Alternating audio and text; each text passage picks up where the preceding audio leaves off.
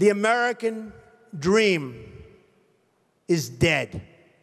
If Vladimir Putin thought the protest movement had gone away, tens of thousands turned out today to remind him that it hadn't.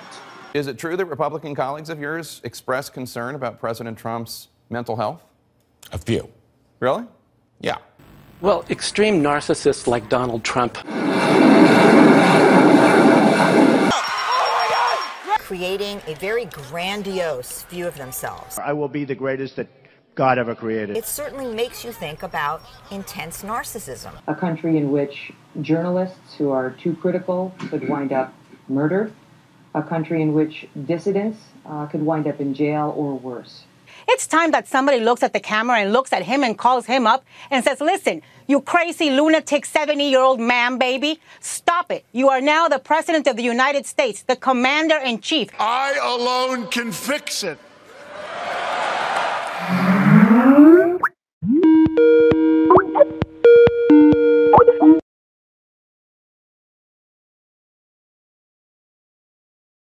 Yes, hello. I'm a licensed clinical psychologist operating as a director in the United States. I'm choosing to remain anonymous for the protection of my patients as well. The statements I plan to make are expressly forbidden by the professional governing bodies of my field. However, there can be a conflicting ethical mandate, which is the duty to inform the public about a potentially urgent threat. The fear many of my colleagues and I feel is that by making controversial public statements, we could lose our license to practice our profession. This fear serves as a kind of invisible muzzle to keep us quiet, and for example, is one of the reasons why, up until now, we only continue to loosely diagnose Donald Trump and even other world leaders.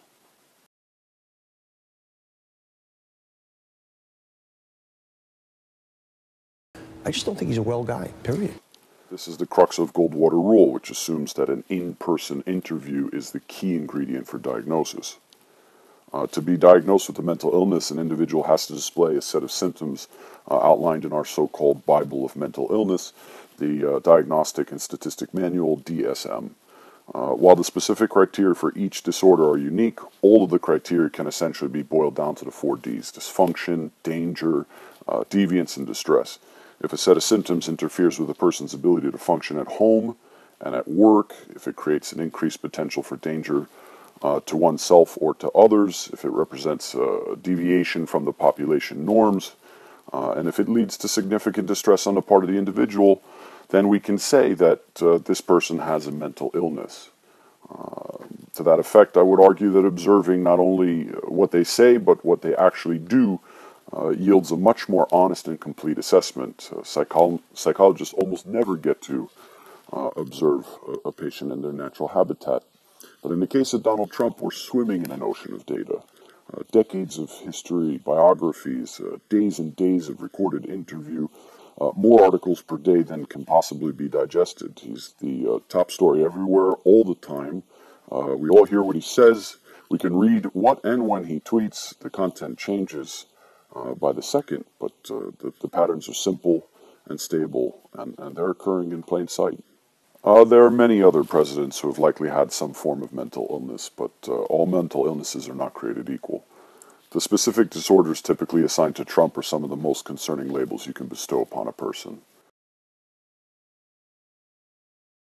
Well, first of all, I believe that climate change is not man-made. We must keep in mind that the DSM was never developed to educate the public about potential risks. The DSM criteria for narcissistic personality disorder states there must be an impairment in self-functioning, but because of the depth of data Trump has supplied over the years, we're able to do this quite transparently. So when looking at the traits of someone with narcissistic personality disorder, the first section is impairments in self-functioning, things they do to hurt themselves. The first part is about their identity. They often use excess references to others to for self-definition and have exaggerated self-appraisal. In other words, a person with NPD uses excessive name-dropping and inflates or deflates the view of themselves depending on what will advance them best. That's like Muhammad Ali. He was a friend of mine. Michael Jackson was actually a very good friend of mine. Tom Brady is a very good friend of mine. Chris Christie's a friend of mine. In Part B, the other thing a person suffering NPD will do to hurt themselves is in self-direction. So goal setting is attained by gaining approvals of others. Personal standards are unreasonably high in order to see one as exceptional. I was born with a certain intellect that is good for this.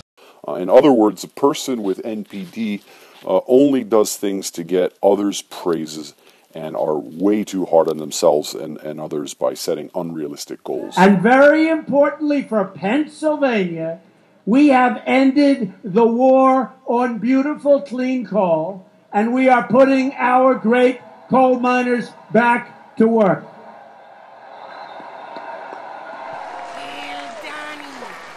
There's another section concerning personality disorders that discusses impairments in interpersonal functioning, meaning they have very serious problems on how they relate to friends, families, and co-workers, etc. Our leaders are stupid. Our politicians are stupid. The first part discusses empathy. That's an impaired ability to recognize the feelings and needs of others, excessively attuned to reactions of others, but only if perceived as relevant to them. He appeared to mock a reporter with a disability. Take a look. Now the poor guy, you got to see this guy. Oh, I don't know what I said. I don't remember. You've called women you don't like fat pigs, dogs, slobs, and disgusting animals. Your Twitter account... Only Rosie O'Donnell. Another problem they have is with intimacy. Typically, their relationships are largely superficial.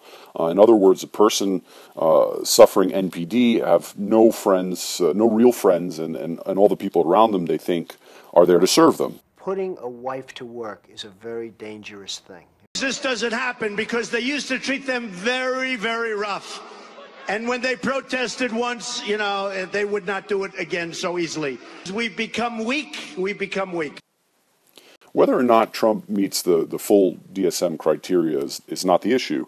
It's the observable traits associated with these disorders and their potential consequences that concern us. So if we accept that we have, in fact, elected a dangerously mentally ill individual to the most powerful position in the world, we have to ask, how did this happen? Hannah Arendt explained that people in the West are particularly susceptible to human evil, precisely because we cannot conceive of it.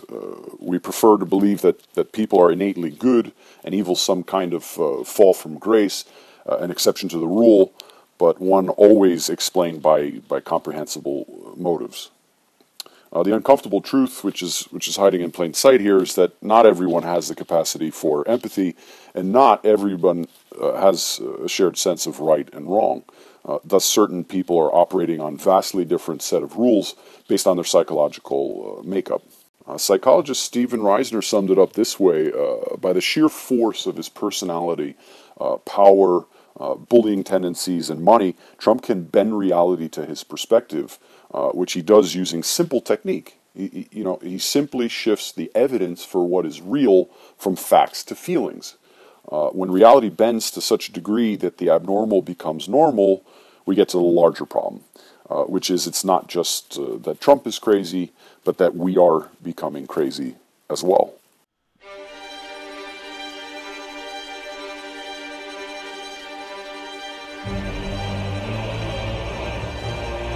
Over the past decade, dozens of journalists have been murdered. Many more have been beaten and mutilated. Few have been convicted for any of the attacks. But Oleg Kashin believes one man is ultimately responsible: Russian President Vladimir Putin. Vladimir Putin in many ways is a classical strongman archetype and is much more politically sophisticated than Trump. While we hear students in Chechnya being poisoned, journalists disappearing, ex-KGB operatives being murdered in London and elsewhere, atrocities in Ukraine, there always seems to be an air of uncertainty around these events, a plausible deniability. Putin's extremely skilled at not leaving a trail directly behind him. The inquiry heard that as he lay on his deathbed, he told them he'd been targeted by the Russian Secret Service on the personal orders of Vladimir Putin. The trail of polonium traces leads not just from London to Moscow, but directly to the door of Vladimir Putin's office. and that Mr. Putin should be unmasked by this inquiry as nothing more than a common criminal dressed up as a head of state. With Vladimir Putin, we're confronted with a man who speaks directly to the relic genes, the ancient drivers of human cooperation. Putin promotes nationalism, authority, loyalty, and a mixture of orthodox and ethnic mysticism to create deep in-group loyalty and cohesiveness. He has been successful at exploiting the suspicion that many Russians feel towards the West and its values. This tactic of creating cohesion is a tried and true tactic of authoritarian dictators. But there's also an ideological aspect to this psychology as well. Cited from Putin's biography, he says, "I consider it to be my sacred duty to unify the people of Russia, to rally citizens around clear aims and tasks, and to remember every day and every minute that we have one motherland, one people, and one future." Well, this is an extreme form of nationalism where the mindset demands loyalty to the nation and the leader are morphed into a single entity. It's what former UK Foreign Minister David Owen, who's also trained as a neurologist psychiatrist, calls hubris syndrome, of historical destiny leading him to reclaim the dignity and respect due to his great Russian empire. This is a journey which is as much personal as political. Because once the hubris syndrome takes hold in the brain, the personal and the national are identical because the leader is the nation and now its destiny. Putin's a killer. A lot of killers. We got a lot of killers. Why, you think our country's so innocent?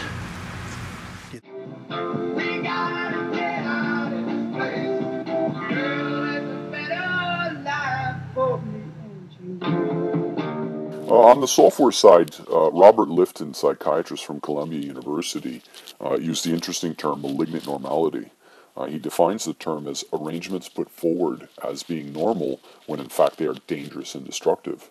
We're already seeing the telltale signs of groupthink, a term coined by social psychologist Irving Janis, occurs when a group makes faulty decisions because group pressures lead to a deterioration of mental efficiency, reality testing, and moral judgment. This is one of the ways in which our tribal roots distorts our ability to navigate a Putin or a Trump. Concerning the hardware, our evolutionary history has endowed us with bodies and brains designed to survive in a violent world. We seek out membership in tight-knit groups of those similar to us, and we have an innate tendency to view those outside of our group as a threat. This is all part of our animal inheritance, and because the rate of cultural change far exceeds the rate of biological evolution, we're effectively living in a modern world, yet still operating with the same outdated tribal neurological hardware we had thousands of years ago. The second and more grave issue we're up against is what happens when Trump and Putin present information alongside disinformation, right? Source confusion occurs. Source confusion is an exceedingly common error which involves misattribution of the source of a memory. So an individual may recall witnessing an event in person when they really saw it on television. Pretty harmless, but when intentional falsehoods are presented alongside real facts and nobody can remember which is which, you create confusion and you sow doubt. With the unprecedented flood of information hitting the retinas of average media consumer, we're forced to rely more and more on mental shortcuts in order to boil down huge volumes of information into simple bite-sized conclusions. These mental shortcuts are designed to avoid cognitive overload and paralysis, but we know that they also make us susceptible to predictable errors. So perhaps you see yourself as a discerning media consumer, you're waiting for all the facts to come in, but what happens when the wave of information never breaks? What if it just never stops coming at you? Facts and lies are mixed together in this endless flow, and it becomes harder to tell which is which. Under these conditions, even the most intelligent and motivated members of the public are high at risk on mental shortcuts and fall prey to cognitive biases, source confusion, the feeling of powerlessness, and ultimately passivity. It's now easy to see how world leaders such as Trump and Putin can manipulate masses of people using simple and well-known psychological principles. In the world of Putin-Trump's information disinformation, side by side a potent form of modern culture supporting both lines of information, and then generation after generation falling prey to false ideology that's now rapidly eroding the environment around us, I can tell you that for sure the average person is just not mentally set up to escape this. Ultimately, you got to take a seat in front of a mirror, stare a good long while, and ask yourself, who are you? Is who you are hurting anybody? Because if it is, what could ever be the difference between a Putin Trump and you? Is it just sheer numbers? So Trump's attacks abroad are already showing an uptick in civilian deaths versus Obama's numbers, and 100,000+ were killed during Putin's second Chechnya war. We're either eating, drinking, wearing, or using materials sourced from countries where entire generations have paid the price with their lives to continue supplying us. So, in reality, there is no difference between these lives lost. They are real lives, and they are many. That's all, folks.